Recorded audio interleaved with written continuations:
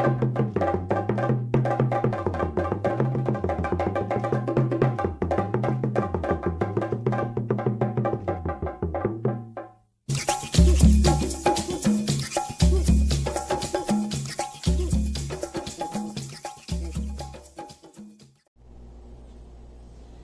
evening, ladies and gents. Blessed evening. Welcome back to the Afro-Trinidadian view. Right? Afro-Trinidadian. We have the King Orisha Lashe, O Yelana Ogunlade. As usual. We have Sulé Joseph. Well, we have him back. We first return guest. Yeah. Yeah. And all you know me, I feel it's special. Yeah. Right, so we start off with, Master Ogunwumi. Right, Davidson Watches, Nubian Experience. Yeah, boy, I have been black to this. Yeah. Right. Where you get that, Shiki? Actually, my neighbor brings them in straight from Nigeria and things. Right. Alright, cool. So I have a bunch of them. I just get straight from Nice. motherland. Nice. But when you see me wearing them, jump my Proper thing, yeah. Jump my Plastic. You can't talk to me. Plastic. Can't talk to me. Can't talk to me already. My walk close as call it. I call them ancestors down there. So now we're covering today. Yeah. So, because we dealing with depth tonight. today, we say Sulé has returned because we had people who messaged us after watching last week's episode. And it impacted some people in such a way they wanted to know. So they asking us questions to ask you.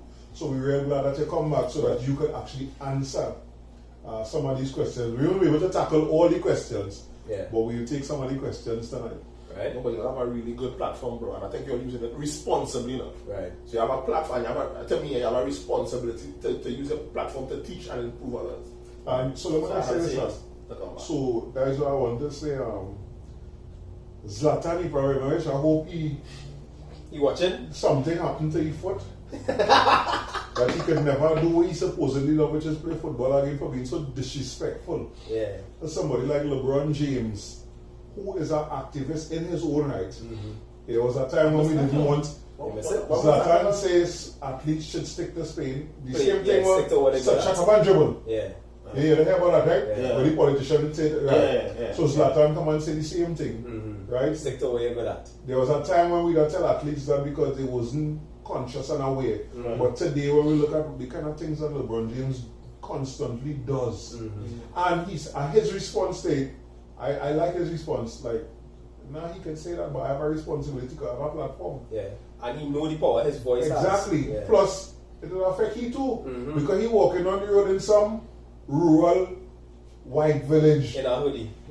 The same thing, you know? Affect his children. Yeah. Affect his children's children. So you can't say it's not you just because you do, not specifically impacted. You know what I mean? Yeah. Not because you live in Westmoreland, not because you live in Lange Park, you live in an Highfalutin area. These This things does not that concern you. Exactly. So that is part of the whole mission behind the Afro-View, you know? Come with, some of the discussions might be difficult for some people to stomach.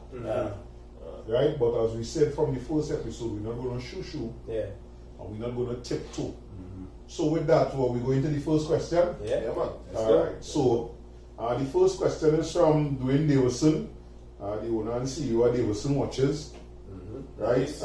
He says, thank you, Brother Sulé and the Afro-Trinidadian view for teaching and discussing these topics in our community. He had two questions. First question is, what are some of the signs or red flags that tell a person that their mental health is in decline? Oh, alright.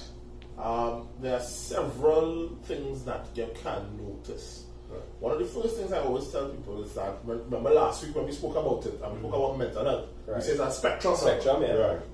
Right? And if you find deviation from where you usually are at your spectrum, wherever, so you find, okay, normally you're functioning this particular way, but you find yourself starting to function differently. Lack of sleep, you ain't sleeping. Or maybe you're sleeping all the time now. Your appetite changed drastically. Yeah. Once it is not specifically a biological thing, so you go to the doctor and the doctor tell you, well, no, it's not a biological health issue, it's not a... One time you can know, it's definitely an issue that might be a mental health concern. Right. Once there's a major deviation from the norm. Right. And what I say is a biological issue. For example, if a woman get pregnant, things can change.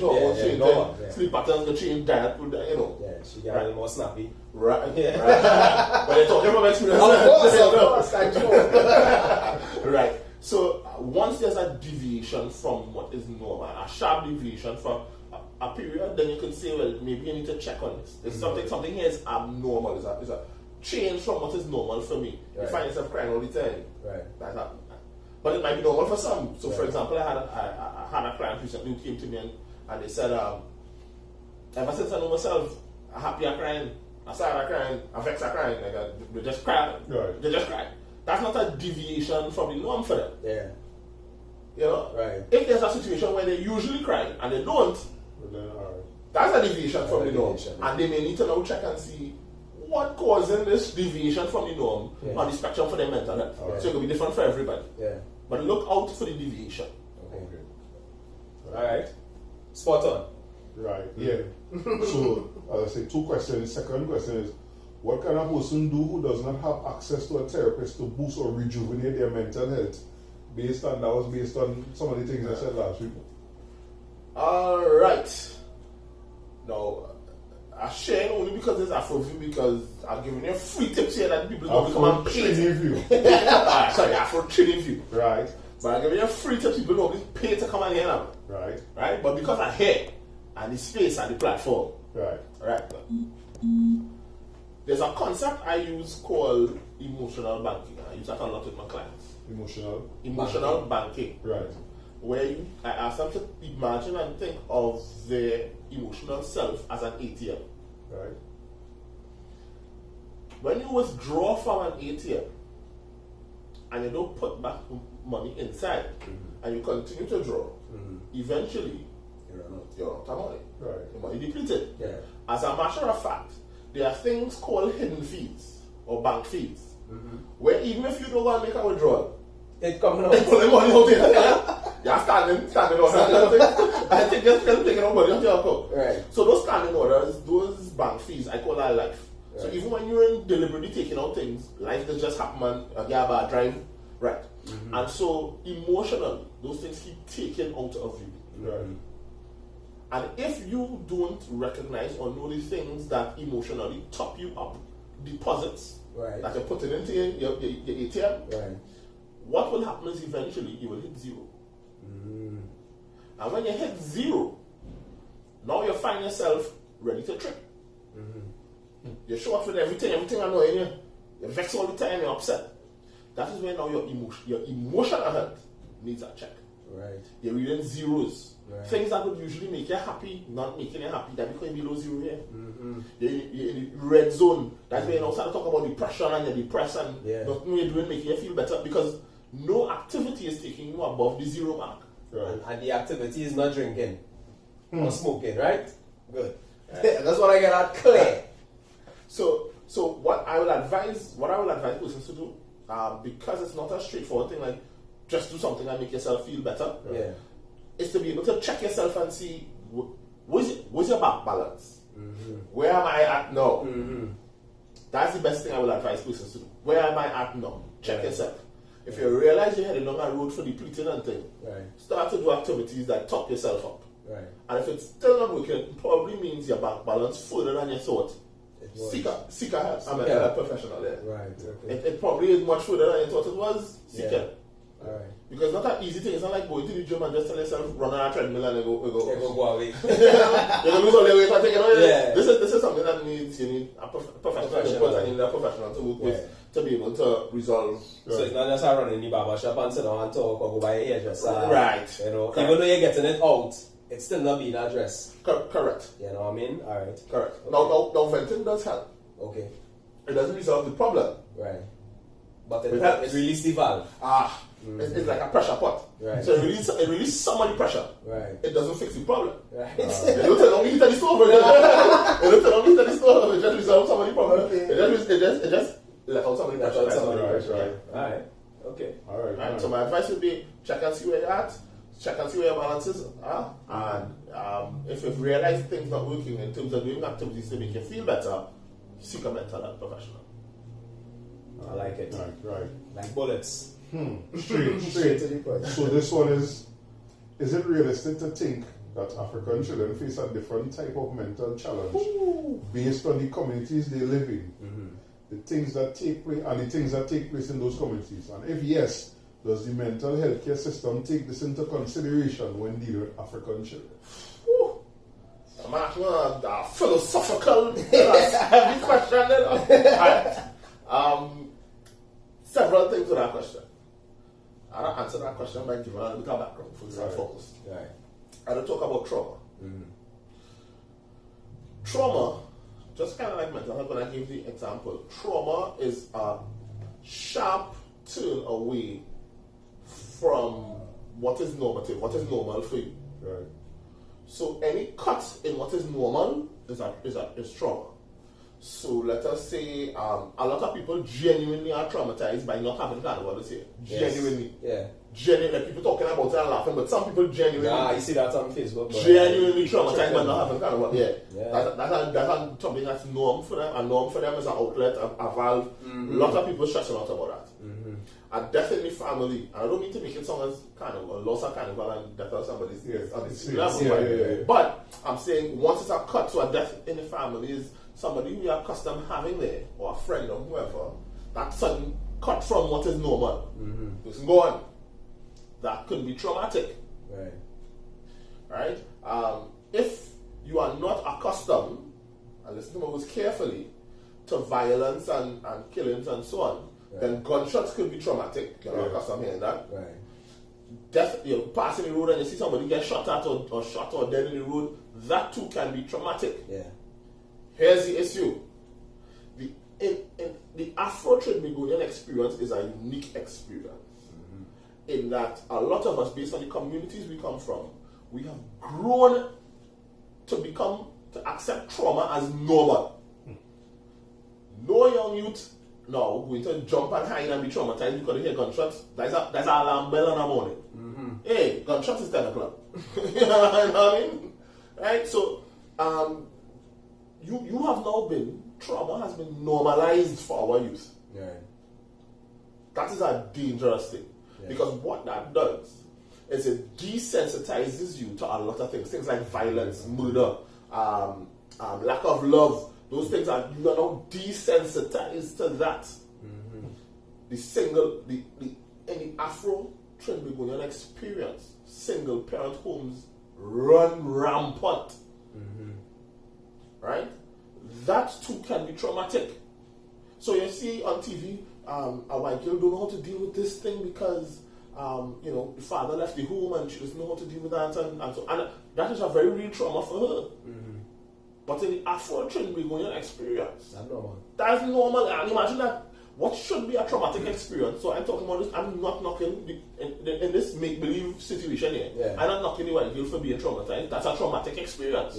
That your father has left the home and now you don't have that close bond with somebody who brought you up, your father. They're just using that to show how traumatic but that same age Afro child might be. No, but it should be traumatic to us. And that's what I'm saying, it should be traumatic to us.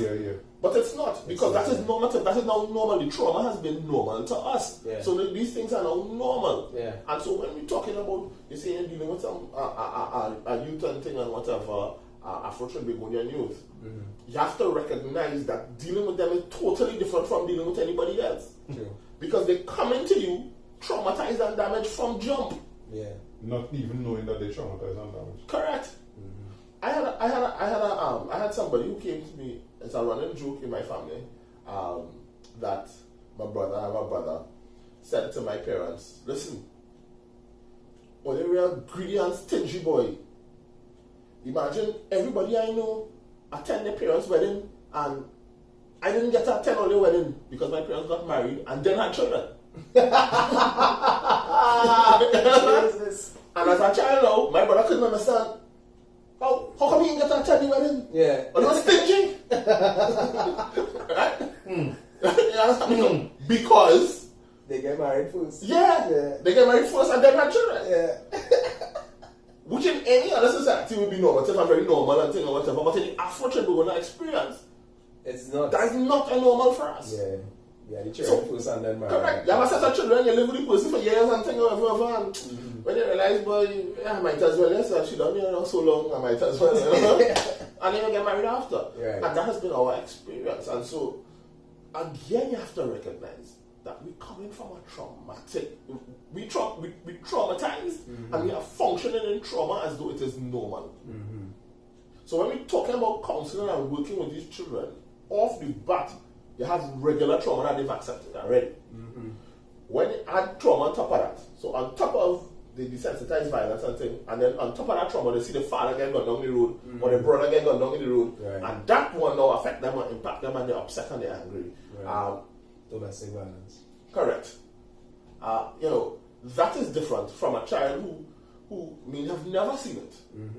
And when they see it, of course it may not be traumatized by domestic violence, but that trauma is because it is a shock to the system. Right. So now you're working with somebody for a shock to the system. With the Afro-Trinidadian child, it's different. It's different because while it may have some shock to the system, it is more one already having an acceptance of these things happen, and in the Afro-Trinidadian child's experience, it may more be, listen, how do I protect mommy from this thing that is just normally happening? It's a thing that is happening. Right. It's an accepted norm. This is happening. I need to be able to stop this or protect mommy, or either that or the lesson they learn is, when I become a man, I need to run my household with an iron fist. Right. I need to be the dominator. Alright? And that's the lessons that we learn. Right. The other thing that we have to consider in that question, that is a deep question, the other thing we have to consider as well is that I say often, which is a bit controversial, but I take my licks, that a woman cannot teach a boy child how to be a man. A woman can show a boy child what the values of a good man should be. Yes. I can talk to that. I'm telling you, they can tell you what the values of a good man should be, what the values should look like, and so on. But a woman cannot teach a boy child how to be a man. Because a big part of that is modeling behavior. That's how you're doing it. Yes. Who the young black boy modeling the behavior from in our Trinidad experience? Because the father not there. Right. So is the boss on the block? Is the man from TV? Is Alkaline? Is Mavado? Whoever. Marshall. Is Marshall. Bungie, whoever. It's whoever they see on Whoever TV. they choose, yeah. So we have a bunch of celebrities or known persons or whatever parenting our children for us and modeling what maleness and a manhood should be. Should be, yes. So again, when you're talking about counseling and working with the Afro-Trinidadian child, male child particularly, you're talking about here levels and levels of trauma that already exist before child comes here for whatever the issue is. Anger, well, hell yes, they're angry. They're a real thing to be angry for. I mean, before you get to what else happening in their life. Yeah. But I don't know why this child so angry. Father not there. Everybody have expectations of them. Confused as to who he is as a person, moral thing. We have black people here in Trinidad who have some level of mixture. Now the issue with that too is identity. Yeah. How do you identify? Am I black because, well, I'm mostly looking black, but my hair a little hoodie or whatever. And I joke about that all the time because when people ask me when I'm looking fresh, and people say, well, you think hair looking lie down a little bit. I say, yeah, man, I mix with Congolese and Nigerian. Right? Because don't ask me, I'm black. At the end of the day, they come out, you know what I mean? I'm black. East Indian people have no issue calling themselves East Indian. Chinese people have no issue that identifying Syrian, Lebanese. Nobody's only us. Yeah. Just 2 days ago, Only us. one of my school friends, he is one of the adults I know that seems to have a serious problem calling himself African. He's a Trinidadian. And he will try to go all out to say, I was born here, me born in Africa, and I like to use, I think it's Malcolm X had a statement, or one of the great black leaders, like, if a pig born in the place where the cow live in is never can't transfer to a cow. A cow is still a pig. It's still a pig. Yeah. I think what people get twisted with is nationality versus ethnic heritage. Well, for me, it used to be that. In terms of, I'm thinking now some people see it by realizing more and more, even though we advance and we sit down here on our program called the Afro-Trinidadian, right? we also have the flip side of that. It still have people trying to run as far as possible from African. Not they confusing ethnicity and nationality. They know what is the difference between ethnicity and nationality, but they don't want to be identified by the ethnicity. They want to be identified by the nationality. Right. And that, I see that as a problem, because when you have a 50-year-old man with that mindset with children, and you have that mindset since your children born, then more than likely, as you say, you have that sweet what the children will model in there. Correct. You know? But I don't want to go too far, of course. It just come to me when it comes to bring up the identity. So yes, it's going to be a unique experience. Yes, it's going to be different and difficult to be able to work with that group, that catchment group. Unfortunately, as I was telling Karen a bit earlier, when we do training to be therapists, there's not a specific course that looks at working with unique populations, like the Afro-Trinidadian population. That's a unique population, I'm saying, because they have a unique experience. Correct. Right? And there are no courses that specifically delve into that. Right. So when I do it based on my heritage, where I came from, and understanding on that level. So even there are some children I still carry children. Yeah. I originally came from Second Street, Malik. So from that, I can say, well, yeah, bro. I know all that. I can identify. Yeah. The teacher come and say, but you always vex and coming to school, vex and ting. Bro, you eat? Nah, but you say, well. I go to this morning, nah, but you say, well. Yes. And then you tell me about come and smile and think and sit down in my class. I don't to smile about. You don't think to smile about my belly empty and hungry. I mean, I go and fetch water, everybody use up my water, a little thing of water. I brush my teeth, bathe and everything with that little bit of water. Yeah, no bother. I take wash, and I put a rag. Yeah. You know what I Yeah. put a rag in water and I wipe off. I wipe off. Yeah. So then when you tell me what I always saw when I come to school, what's smiling about? Nobody in this life never don't give me nothing nice, there's always pressure. Correct. You know, what's smiling about? Life is nice to me. Yeah. So that the experience, as I say, is a unique experience. And society again has taught us that what they expect from us is two sets of emotions, even more so for the men. They expect us to be angry or happy. We can't be sad and think, or numb. You get true. Angry, sad, or numb. It ain't normal.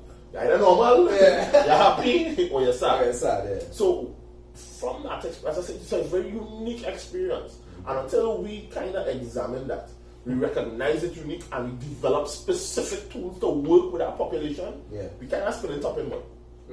We kind of, because people just come and say, no, then we just talk or whatever, or say nothing, and go there and go their way. And we're not really working with the people. And so like last week we spoke about here, going into the communities and sitting down and having a conversation in the community on the block, because that's where we congregate on the block. And we have to meet our people there, that's the culture there. And we don't have systems that recognize that.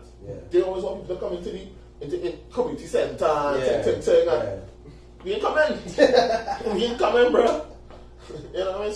So yes, it is very unique. There are no systems that actively look that look for counseling. And yes, it is a very, very unique system, particularly because of the daily experience that we have. Before we go on to the next question, right? While you were training, while you were training, did this ever come up? Be it the fact that you know it's a unique experience and you might see where you have a need to look at it from a different perspective. Did it ever come up while you're training? I want to make myself sound special, but to me, I think I always looked at things from a different perspective because of where I came from. Right. So, I always try to say, well, listen, a lot of this things sound insensible here, but this is real European and outside. Relatable here now. You know what I mean? I can't go to somebody here, you here, and because a lot of it was when I speak to the youth who give trouble, I was there. And so I have never forgotten how I was when I was there. So when I speak to them on a level where, listen, this is how I wanted somebody to talk to me. Right. You know what I mean? To hear me now, because people don't really want to hear them, they just want to tell them. Right. And they grew up in an area where, nobody, don't step to you and tell me nothing. Yeah. So let me hear you. Let me hear you. After I hear you, you hear me. And we go hear each other. Right. What makes sense, what don't make sense, we go pick, ting, and we go reason. We sit down and we reason. Right. Right? That I think, oh boy, that as I said to them before, we need a program that caters specifically to things like that. Mm-hmm. We do have it. I did in my thesis. I wouldn't, but people really try to get me, all the lecturers try to get me to change my thesis. Mm-hmm. I did a thesis, my study was on the psychology of poverty. And they told me, there's no real information on it to find something else. And I said, nah, because I wanted to look at, based on what the literature tells us, there are socio-economic factors that contribute to poverty. And that's just a big word to say, your society, your environment, your neighborhood, and money. Right. Economics, or coming into the community, money passing through your parents' pocket, that kind of thing. Mm-hmm. That will determine whether you stay poor or come out. Right. I see, but that don't make sense because there are people who, my father from Laventry Road, my mother from Allen, they was able to educate themselves and come out of that. Right. Yeah, you know what I mean? So, what caters for that? What caters for an entire poverty, 12, 13 children and thing, everybody stay poor, but one or two people come out of it. Mm-hmm. Same environment, same schools, same everything, same circumstance. So I wanted to know. Yeah. Because I figured if we knew, then we could then educate our people more. Right. To be able to By pressure, if you see pressure, I get all that thesis. All kind of turn and twist and turn, you know. But eventually in that, and keep questioning it, is where I found long and short is that I would say that poverty is what we call a psychosis now. And a psychosis is just really how you envelop your reality. So it might be a step outside of what is actually happening. So I might believe right now I say I'm in the palace in London. Right.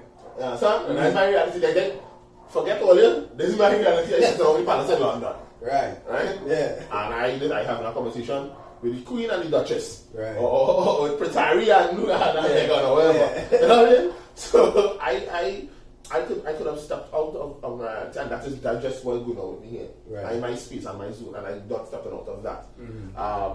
And I'm saying that poverty is that for us at least. Right. It's a space that we enter and we don't exit it. Mm-hmm. So when you tell somebody like that, I'll give you our shoes and some lessons. Pull yourself up by your bootstraps. Huh. We talking about Jim? I see our boots, I can't fling that on the wire. You know what I mean? So you don't boots up on myself. Yeah. That's my psychosis. I am in a bubble here. Right. Where I can't see anything else except this reality of poverty. Mm-hmm. So it no matter, you can give me $1 billion, I'm going to be broke in the morning. Correct. Because I'm going to club it out, fet it out, buy 2 cars, do whatever. Lottery. Yeah. Roulette. I'm going to spend it because that's my psychosis. I am in this bubble here. Mm-hmm. And once my mind, and I'm saying poverty had to be, a big part of it had to be psychological. Yes. And we don't look at that. Do you understand what I'm saying? It had to be a psychological aspect of it. Yeah. And we don't teach that. That's not taught. It's not taught. Even with us, when we study it, it's not taught us. Damn. So when how you counseling somebody so you're counseling them out of poverty, you're counseling them with the issues that they're suffering from poverty. So you're dealing with the fruit of the issue of the tree. Of the tree, yeah. And not the root. So I always tell my class here, we deal with the root, not the fruit. Yeah. That's what I tell them. We deal with the root, not the fruit. Yeah. But in this particular issue with poverty, when the client comes to you and so on, with everything else we just deal with the root, but with poverty we deal with the fruit. Mm-hmm. So you have an issue with poverty, alright, but go and get a grant, you can put it on to so and so, that's a grant, alright. Mm-hmm. But you're plugging a hole. What's the other issue you have in there? Do I know what kind of things hard, I know. But we're not dealing with the root. Mm-hmm. So when we deal with the root, when we look at poverty, and we see poverty might be a psychosis. Right. And we deal with what the psychosis is, getting that person out of that bubble. Mm-hmm. Right? Out of our belief that my grandfather was poor, my father was poor, I don't be poor too, that's just how it is. It's the system. Yeah. You understand? business too hard to run. I can't run no business. I talked to a man this week, a gentleman this week, not of an Afro-Trinidadian persuasion, right? And the gentleman dropped out of school. He's from Central, and he opened a business up in Mova, and the business running well. The people that he recognized a need in Mova, that the people in Mova didn't recognize they had their own need. Which is, you know. You understand? And he opened business. They say, last year they tried to rob him well over 20-something times. Right? And I suppose in his right, he could get a firearm and shoot one of them brothers and people go be vexed. Yeah. You know, a black man there, ting. But what is keeping us from recognizing within our communities? The opportunities. There are opportunities. There are opportunities to fix all I our want own to tie problems. back that question to one of the episodes we did, which is one of the episodes, the education system. Because for me, as long as we continue teaching the way that we teach it, based on especially even up to your tertiary level, that you went and said there was nothing to deal with our experience. And this system that is not working for us, but we still go to school. I mean, we children, imagine, we say we know, it don't make no sense to say Christopher Columbus discovered, right? But we children still being taught that. Well, so once the system of education where people supposedly learning to prepare them for the world, once nothing change in how they teach and what they teach, but then we spending top in mud. Because how you expect people to see and seek opportunities or see opportunities that they could create or look at the community for opportunities if they don't have the mindset based on what you're saying? I agree with you and I disagree with you slightly. And I'll tell you why. Now, I agree with the overarching point, but I disagree with you with the intention. The education system does exactly what it's intended to do currently. And I think that's what we miss. The education system was never reorganizable. Our education system continued to develop, but that came out of the education of the slaves by the plantocracy. Right. So our education system does exactly as it was intended to do. I agree with that totally. So when you say probably that's wording different. So when I agree with that different. So when you say I agree with that it's totally. failing us, it's not failing us, bro. It's doing what it's supposed to do. It's doing what it's It can't supposed to fail if do. it wasn't designed to benefit you. I agree. So the system was never designed to benefit us. Yeah. It was designed to take us, mold us, and make us into our workforce. So this is just a new dance. You know why I agree with that? A new development of. You know what I say? We was having this discussion to that point that the education system to me is just a way to churn out every year. Because you're telling me we in a pandemic, school closed, and they go to Russian children to do CXC. And I see. Why? But when they look at it after CXC especially, that is how much 1,000 children come into the workforce there that have nothing to offer but the energy and the time. You know, and that for me that just show exactly what the education system. So yes, I will start to use the way Is it true? Yeah. It does exactly. It is well designed. It does exactly what it's supposed to do.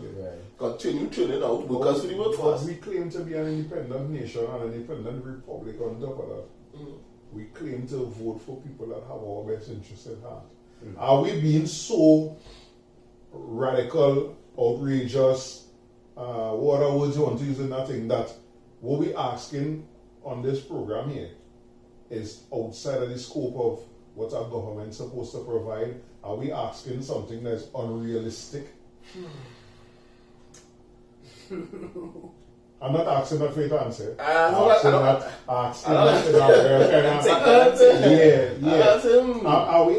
We asking for a system of education that would not just teach you 1 + 1 is 2, but teach you how to use that. Teach you to use things that will work in your life. We starting 17 and 18 years and leaving to go out into our workforce with no kind of skill. There was some American sociologists called Bowles and Gintis who came up with a theory called the jug and mug principle. Mm-hmm. And they were saying that there are certain education systems that utilize this jug and mug principle, where the student is the jug, is the mug, and the student and the teacher is the jug. And all that is required is for them to come and take this information and pour it down your throat. Yeah. That's it. Yeah. They don't want it to process, analyze, assess, nothing. Just regurgitate. Just as I give it to you, Pour it out. pour it out just so. Sulé. But you spoil it. You spoil it by saying you will regurgitate. Really? Because I always say to them, after watching back at some of the last set of exams I did, that schooling is about who could vomit better. Regurgitation, Yeah. You understand? Yeah. You get a pass better than me because you do so, and the man vomit or the woman vomit in your mouth, And you vomited back. and you vomit back on the paper. And all the person who could vomit back up everything that It's getting most marks. yeah. You know? But let me go to the Yeah, so we Yeah, have that's one more question. question. I don't want to say it's a two-parter, but it is, the person asks,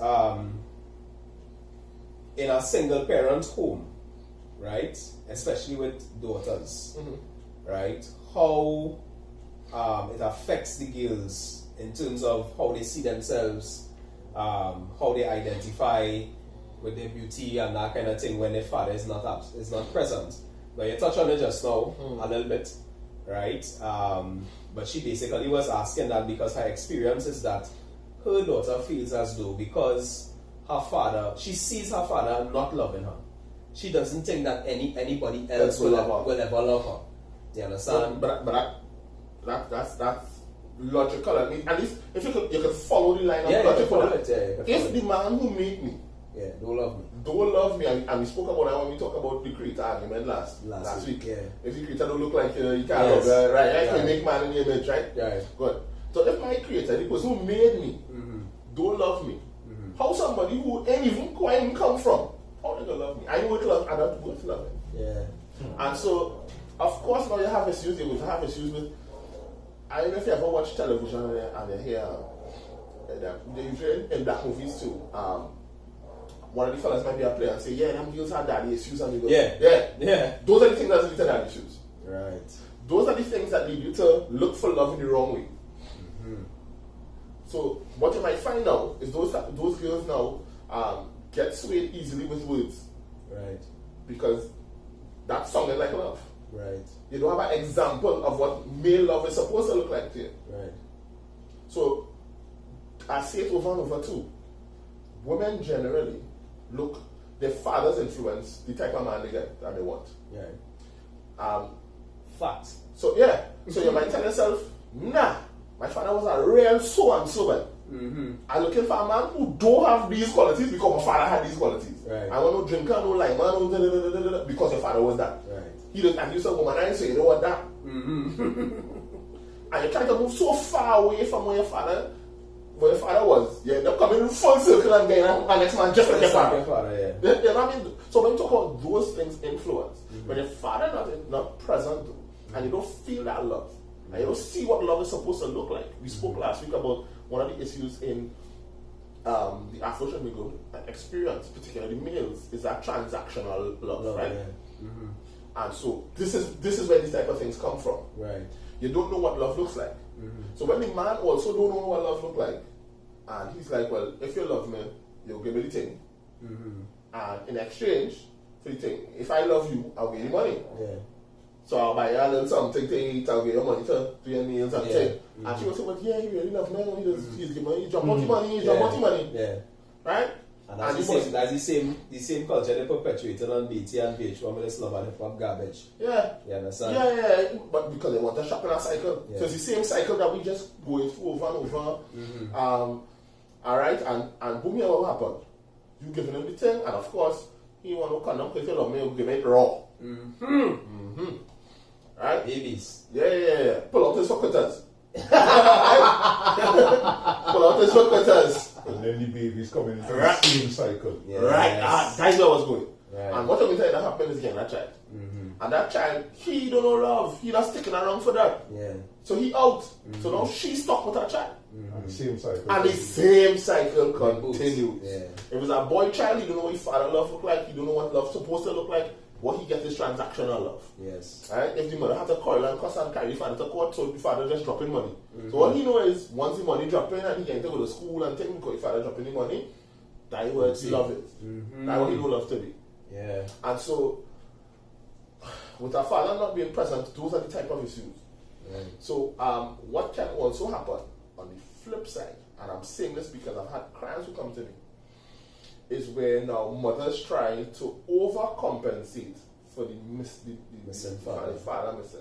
By giving everything. Yes. That too is dangerous. Right. Because when you overcompensate by giving everything, you create a little monster. Yeah. You create somebody who has expectations of getting through everything without putting in any work for it. Right. There are somebody who has expectation of everybody must always attend to my needs when I call for it and when I need it and when I want it. You also continue to perpetuate the concept of transactional love, which is if you love me and I say I want this, you'll give me it. Yeah. Entitlement. Correct. You can call it all kind of thing, and that's like entitlement. Yeah. But that is what continues to feed the transactional love concept. Right. Because now we overcompensating, and you as a parent thinking, oh gosh, we're going all out for this child. But you're overcompensating. Yeah. The missing father. So you have things, you end up with daddy issues, you end up with things like these type of issues, overcompensation, or you can end up with now issues of self-worth. And with my father don't love me, no man can't love me. Right. You find out they're going with the worst of worst man. Yeah. He hit me and think, but he loves me because he just jump on him and he just say sorry and Yeah. And he did for all the time. yeah. No value, you don't put value in yourself. At all. When your father did on your father showing you an open door and your father taking you to Hilton on a weekend for with the family, take the family and thing, and he have you picking which hotel the family going to next, Hyatt and thing. You feel any man to offer you a double palm? The man can offer you double palm. Your father taking you to Hyatt and Hilton, dog. Did you tell me about double palm? Yeah, come, step. Yeah, come better than that. Yeah, come correct. And your father tell me every day that he's an empress and he's a queen. You feel a subject could come to a queen? Nobody had to be a king, you had to be an emperor. So you gotta have your life on track. Yeah. And so that is where now, and I think that will, you see, those things, if we interject and we fix some of these things, it will create a cascading effect. Right. Because trust me, we fellas will go all out to get it thing. Right. And if we see we gotta step up the game to get it, Yeah. we go step up the game to get it. I remember hearing a woman say that some years Step ago. up. Yeah. She says she don't have a problem with a male who calls himself a player. She have a problem with the woman who Going with him. yeah. I am one of the things I and we could probably close off for this because I know you're sharp for time and thing, right? Now I grew up in a household where I see my father live a particular life, right? 7 children, how much different women, right? And I tell myself, never me, right? Now, unfortunately, I still end up kind of the same way because my eldest boy is with one woman and then my 3 children is with my wife, right? But I still commit myself to saying that after that, it's not happening again. Now, one of the things I was saying to our partner recently is that as men, we're not responsible, right? Because what was a program with a girl who's do kind of psychological stuff too, and she had 11 men on the panel, right? And between the 11 men, they had 85 children, right? I remember. You know the girl I'm talking about, right? Yeah. Right. Is that foreign? Yes, yeah, from the States. Yeah. And do it short, yeah. Right, and they talk about it and they explain certain things and whatever. And this fella come on my Facebook and he was like, boy, don't come on with them, what they call them, boy? Woman power thing. And I said, bro, here what going on? I think I know what Right, I said, here what going on? I said, I totally disagree with you. Because he said, we're removing the responsibility from the women because the woman opened her leg. I say, yes, but we have the gun with the bullet. You understand what I'm saying? So we can't have the gun with the bullet. Don't put on our rubbers, right? Don't pull out, and then blame them for opening the leg. You understand what I'm saying? So as men, I think, and this probably episode we need to do separate and apart from this, in terms of us being better men, boy.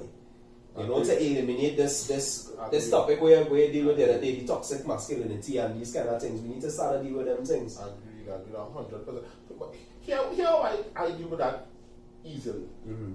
And I usually try to break things down simple for people to understand. Right. So yeah, everybody comment on that. And it was like, Brez, if it's one thing, the man break it down, and we like it's like bulbs going off in people's head right now. I try to bring it down to a real understandable level for everybody. Right. Here's how I see it. The man has the seed. Right. And the woman is the earth, the incubator. Correct. The earth can't incubate nothing. Correct. Mm-hmm. You understand? Mm-hmm. It also comes like if you take your seed and you throw it on rocks, it may grow, it may grow, If it's shallow, then you need a chance. Yeah. It's on motion. It's on motion. It's great anyway. Yeah. But my thing is, when you have you see, seed is life. Mm-hmm. Women don't give life. Women incubate life. Mm-hmm. The man has been given the responsibility to be the life giver. Mm-hmm. That's a heavy responsibility, dog. And men out here just you just gain away and seed. Because part of what you are doing when you giving a seed, you are life giving, is that there's a part of us that we cannot. There's a part of us that we cannot touch.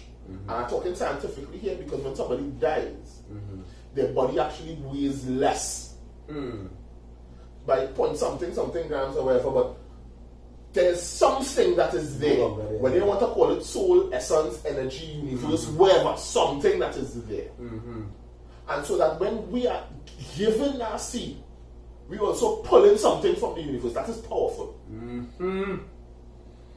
You got to be careful with that power. Mm-hmm. You can't just say, where is the woman? Who is the receiver? Because that's a receiver. Yeah. Correct. You understand? When your phone not charging, you don't take the plug out your wall and carry it. You go mile and tell them, my phone is charging, fix my plug. You know? You take the plug, it's the charger. And the charger had a plug in the wall. Mm-hmm. So don't tell me no nonsense about the woman responsibility because she tell you that. No, it could never be. You see, and for me, part of that tie into the system that the way to teach us, we come from under our European system, and women have no value in most European, especially in the ancient cultures or the old culture, because I don't think they're people ancient, but most people most of the old culture, they have no value, the way they treat women and things. But when you look at African culture and you look at it from a African historical eyes, not a matter of somebody telling them something, but when you look at it, the woman is a different kind of being, right? Nature. So when you come now, we live in the way we live in, it's just, I remember people telling me, so I'm showing backwards now. You know, because I reach a certain age before I have a child now. I didn't have all this information in me, but something that I knew from a young age. Right. Even when I was single and outside and thing, I didn't want to have a whole set of children. And I didn't want to just breed a woman. As we say in Trinidad. You know, I didn't want to do that. Breed a woman. You know, I know I didn't want to do that. You know, and we had some of the things I be saying, I be talking to myself too. You know, the way we look at women, the way we interact with women, and the way we let, as you know, mention them shopping shows and them on TV. You know it's hot now, boy? People let's defend them shit, boy. But what you said is an accurate point. I tell that to people again all the time. You see this jackassery that's going on here now about people talking about violence against women in the black community and the history of violence that we have. No, sir. While there may be violence now, yes, I will agree to that. That's not a history that don't come from us. That don't come from us at all. You understand? The woman in the African traditions and the African culture is a revered. Up to now, we still have remnants of that because you have sons calling them mother queen and thing, my queen, and your mother. You understand what I'm saying? So that is a remnant of our culture. Our culture, and what we have done is because they try to strip us of our culture and force feed us their culture. Now we have some of this madness going on here. So one of the things I definitely, and I will continue to encourage organizations like yours, is that we have to re-educate through culture and reculture our people. Reculture our people. Because that's our culture. We have to learn. There's a respect and manners. You can be bad like yard. But when your mother talk to you, boy down. Baji. It is a bad man say, but nobody can talk to you except your mother. When your mother come. That's it. True. But even to add to that, our next thing too is a wife or a woman. Like I grew up next to a basketball court. At the time, it was probably the most popular basketball court in Sawa. And I do have one single recollection of a conversation where a man saying, boy, my wife is the best thing that ever happened to me. Most of the conversation is, boy, them woman and them this, them woman and them that. You know? You know why I grew up to realize? Nah, it wasn't the woman and them, it's the woman all they choose. Okay, you know, it's not just like that broad base kind of. I mean, say, like I have a cousin, I always tell him, use the first married person my age that I hear revere a wife like that, boy. Talk about your wife a certain way and everything is your wife. And, you know? But it's not popular. And that's how I with my wife. Exactly. I see that. Right? And you see your wife. True. Then you have now the next side right now. I forgot to check it again, one else. I don't know. We looking at that as a good thing. You always see your wife, right? But then the next side right now. He's a punk. Yeah, he always see wife. He can't go nowhere. I can't go nowhere.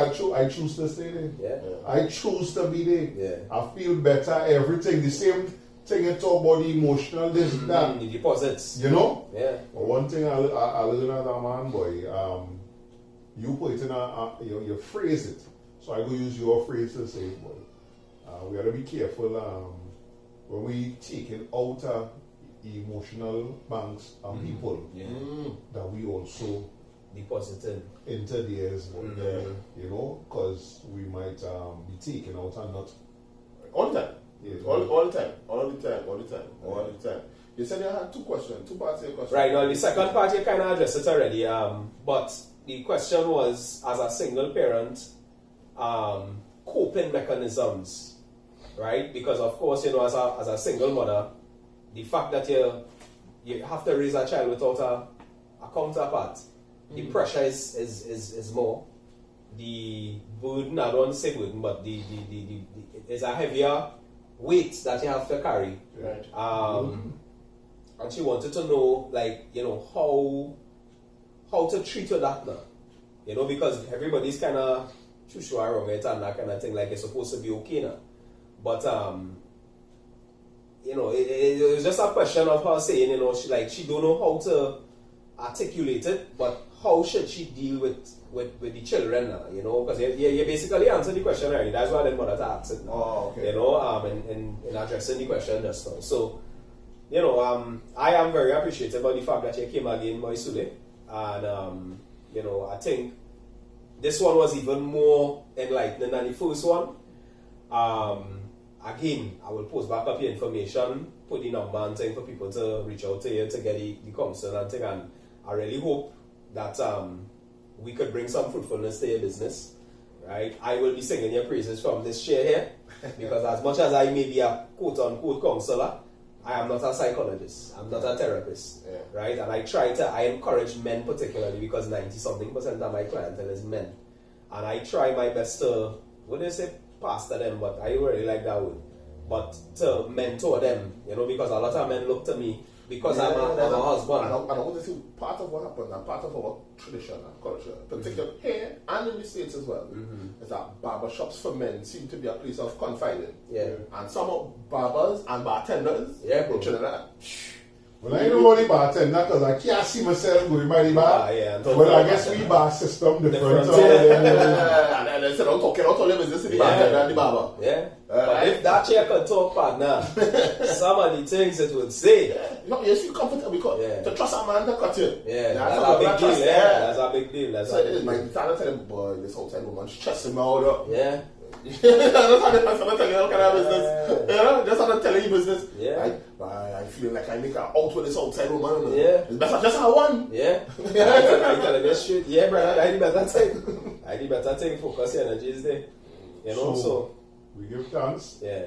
I would like to revisit again later down the line because you mentioned something just now about a topic toxicity, male masculinity. Right? Because we're talking about like the question from a single parent home, right? But what about things like home where daddy day, but it's like you know that leads to so much.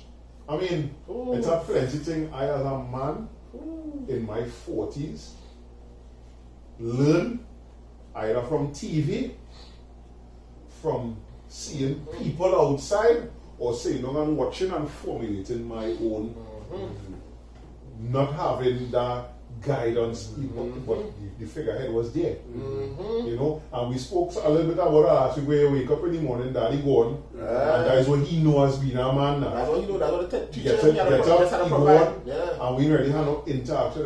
It has forced me today as a father now to sometimes just stop what I'm doing. Just stop what I'm doing and take my daughter and just go somewhere with she, just do something with she. And you see things like that, teacher, she learning from that, you know.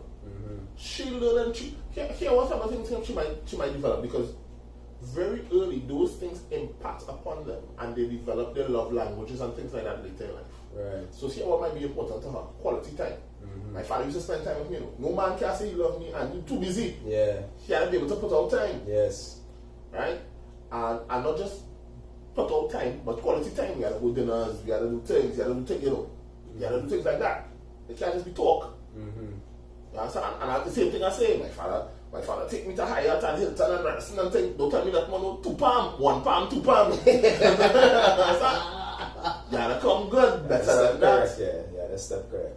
And this is not me knocking the organization and knocking the place. It's just say that the values you inculcate as a father onto your daughter and your son and things, those are the values that they will carry into their relationships. So we gotta be real careful because we messing up the next set of generation. The society that is how it is now, and all the heads complaining is because they mess up this generation. That's right. And they're not accepting it. Correct. They're not accepting it. And so if we don't change it, we gonna mess up the next generation. Right. So I guess that is what I wanted to close. Okay, no, we always say we want to leave with saying something towards. So like that, we had to take responsibility. For doing, because I have a partner I went to school with, my good friend. Hit me up. He said, I always tell him, I say, you didn't even realize you hit that jewel. Some years ago, we having a serious discussion and thing. And just so he's like, it's we had to do, you know, because we see big people now. And he's like, yo, I didn't realize that. You know, and that was over 10 years ago. So yes, I agree that the change we want to see, we have to be a part. We have to be it. It's not going to be easy. No. I'm not trying to sit down here. We not see it in our generation. Yeah, I'm not trying to sit down here in the world famous Swagg couch and make it sound like it's simple. Right? It's not going to be easy. It is not easy, but we have to do something different. Yeah? Most definitely. I'll just close by saying this. You are the people. I am the people. If I don't love the people, that's how I have to love the people. I love the people, I love myself. I love the people, I love you. Yes. You are the people. Yes. I am the people. I am the people. Must love the people. We are the people. Go with that. Right? Orishalashe. That's enough of that. Strength and powers. Thank you for coming again, my brother. All the best and all the blessed day business. As he say, I want to just reiterate that quick before we go. I don't just want this to be about talk. Yeah. You know, Action. I want to hear you tell we, boy, you know, one or two people come on the time, you know, is when they know they hear you on the program and you know they come to you and think, I want to hear that famousness. Nice, lovely. I appreciate that, fellas. Yeah. And we willing to be involved in your little NGO too, you know, however you want, you can call on me. Yeah, man. Right, because we have a wealth of experience and connectivity in and around us. Yeah. And my father today is huge strong, happy birthday daddy. He always tell me, part of the problem is we don't reach out. I am guilty of that bad. Part of the problem is we don't reach out, and if you don't reach out, you don't know anything. What you just take a little further, if you don't reach out, you ain't gonna know your network. Correct. You know, so yeah, we reach out and then we deal more with one another. Everybody, more life, more love. Yeah. It's the Afro-Trinidadian view Goodness. all the time.